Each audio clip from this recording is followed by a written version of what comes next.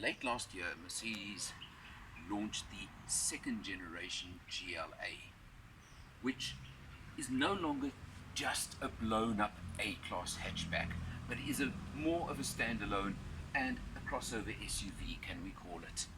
Now, remembering the fact that the premium brands in particular have become specialists in inventing niches within niches within niches, you take the A-class platform and now we've got, as I said, a pucker crossover SUV version. Now this is the top of the range version over here as well. You can see that, for example, it's got AMG lines, so you get the diamond studded grille and the extra chrome treatment. But this is not just the AMG. This is called the Edition 1.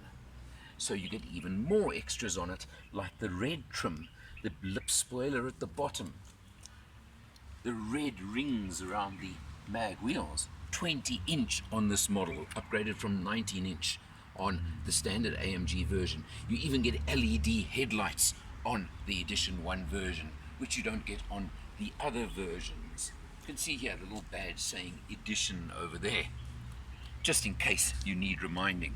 You've of course got the standard cladding that you expect from a crossover SUV, and you can see it's not exactly a small vehicle either. Let's pop open the back door over here and you have a look inside. You'll see, of course, exclusive to Edition 1 versions is the perforated leather on the seats with red stitching. Note the red again, even red on the carpet set you can see over there. But now, a couple of good features in the back seat that I must point out to you. In the center over there, you see, firstly, aircon vents in the center, and secondly, on that pull-down little section that I've opened over there, note USB ports and a 12-volt socket for rear seat passengers. Good stuff. Isofix, of course, as you'd expect from a family vehicle of this sort as well. You come around and round the back now and head towards the back of the car. Obviously got the very substantial C-pillar as you'd expect again from the style of vehicle, and you come round.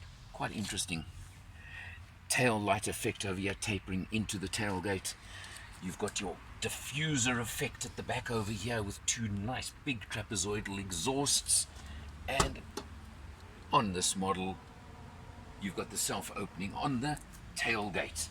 Nice sized boot, of course, can drop seats as you would expect. You've got about 300 litres of boot space over here, and when you lift the board over there you'll see, nope, no spare wheel run flats with inflators and things like that, and compressor, so you get all of that but not a spare wheel. Well, that's something you can understand and accept in the modern world. And press button, there you go, close the tailgate. This model we've got on test right now, you can see, is the 200D, which tells you it's powered by a 2-litre 4-cylinder turbodiesel engine, putting out 110 kilowatts, 320 Newton meters of torque. It's an engine that's well known throughout the Mercedes range, but it's certainly a great engine and has proven itself time and time again. Let's jump inside. A great feature of the camera system on this car is you have the reverse camera over there and you have the overhead view over here. But then it also gives you further features, which is, note, I've now put the car into drive, and as you pull away it's got the forward camera showing you as well and showing you that, so you get both features and both ways. Nice camera systems, good safety features. I like it a lot.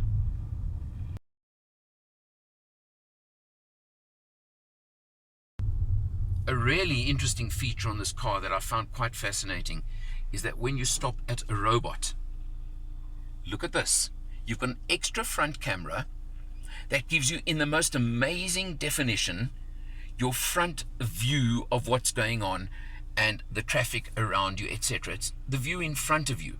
But I find this absolutely exceptional.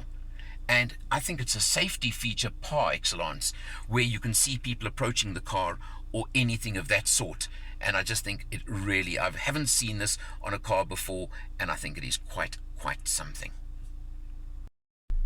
Jumping in behind the wheel, it's familiar territory, familiar Mercedes, that's all I can call it. But look at some of the figures. We've done 394 kilometers on this test so far, 5.8 liters per 100. Yep, that's right. Not bad at all.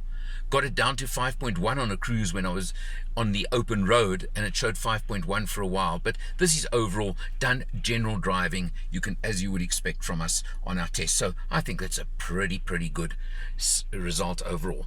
The very now standard Mercedes steering wheel, I'm not going to comment with all the buttons, all the, you know how it works. You press this little black button over here. It's a scroller actually, and you'll see that you can simply scroll through various screens, etc., and really configure it as you want. I'm not going to say too much about that right now. You've got, of course, my bugbear, which is that stalk over here for shifting gears. But it may be a bugbear, that shifter, with paddles as well, but we've got an 8-speed dual clutch automatic gearbox as standard in this car, and it is a lovely box, got to tell you. Edition does give you various features like heated seats for the front driver and passenger. You've got this carbon effect look over here. You've of course got the standard MBUX system and massive screen in the center, you know all about it. Nice dash over here, fairly soft touch, and of course over here the carbon effect yet again with Edition very clearly written. You've also got, of course, the adjustable ambient lighting around the dash and on the doors. I think you know it on these models. I don't have to say too much about it, and it's a very standard feature. Let's jump back to the screen over here, of course, and simply tell you it gives you absolutely every facility you want, with the scroller down in the center over here, where most other cars would have a gear shifter. But anyway, I think we're used to that by now. And it's got, of course, buttons on the sides for navigation, radio, phone. You've got your camera systems over there, and you've even got the button over here, which if you come back up to the screen, when I scroll through it, you'll see you can move from eco to comfort to sport to individual.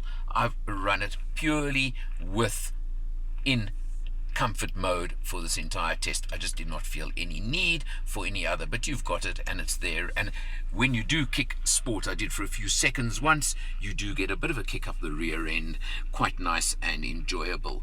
You come down over here, you've got your cell phone spot over there, and you have got inductive charging on this model as well. You've got a port over there, but interestingly, your USBs for the front of the car are here in the transmission cubby, can we call it, over there. So that's just something where it is pretty useful, doesn't make any difference. Of course, you've got Android Auto and Apple CarPlay, etc., all of them work perfectly well. We all know what they're about. You've got the aircraft type vents over here. This is all very standard to the range, so I'm not going to say too much with the controls over there. They're all absolutely standard, nothing very different. You've got, of course, your tiny little steering wheel, flat bottomed, red stitching, etc. These are Edition touches again. On this particular car, you can see we've actually got a dual sunroof system over here, panoramic roof, and of course you do have my favorite little plaything with this car, which is, hey Mercedes, which is not responding to me today. Hey Mercedes, how can I help? Close the roller blind on the sunroof. I'm closing the roller sun blind on the sliding sunroof. And there you go. Of course, it can change so many features and functions on the car, from the ambient lighting color. It can change radio station. It can change the temperature in the car. It can change all these things purely by voice command. I just love playing with the sunroof one just to show you. Well, the first generation GLA sold over 1 million examples in a couple of years. So it certainly has been one of the more popular models in the Mercedes range over the last couple of years. And this one takes the formula, as I said, makes it a bit bigger, a bit larger. It's more of a crossover SUV than just a slightly blown up hatchback I mentioned earlier. And it's certainly, this niche market has just grown and grown. You're looking at some competitors I'm going to name. Of course, you've got the BMW X1, you've got the Audi Q2/Q3, you've got the Mini Countryman, you've got the Volvo XC40. They all fall into the same category in the absolute premium end of the crossover SUVs. and it plays over there. But there's one thing I've got to mention. A base GLA 200 diesel will cost you 715,000 Rand in today's money. But the sky's the limit. You don't know where you're going to end up with these cars, and it can make quite a difference to what spec you want. If you want edition, if you want other extras, if you want other items, as you go, tick boxes, pay money. Simple as that. So I'm not going to give you a final number on what this car could cost you. It's not really what it's about. But it certainly does fit the ballpark. And let me tell you, it's price competitive, that's for sure. You do get, of course, Mercedes 5-year, 100,000 kilometer service plan and maintenance plan and warranty included as well. If this is the market you're in and you want a premium product in this category, check this one out. What I haven't told you yet is that 110, 300 kilowatts, 320 newton meters of torque actually feels like a lot more on the road. This car is seriously peppy and got quite a bit of get up and go when you really want to play around and use it a little bit of power. Check it out for yourself. I think it's worth it. For Motor Matters, I'm Eleanor. I'll see you next time.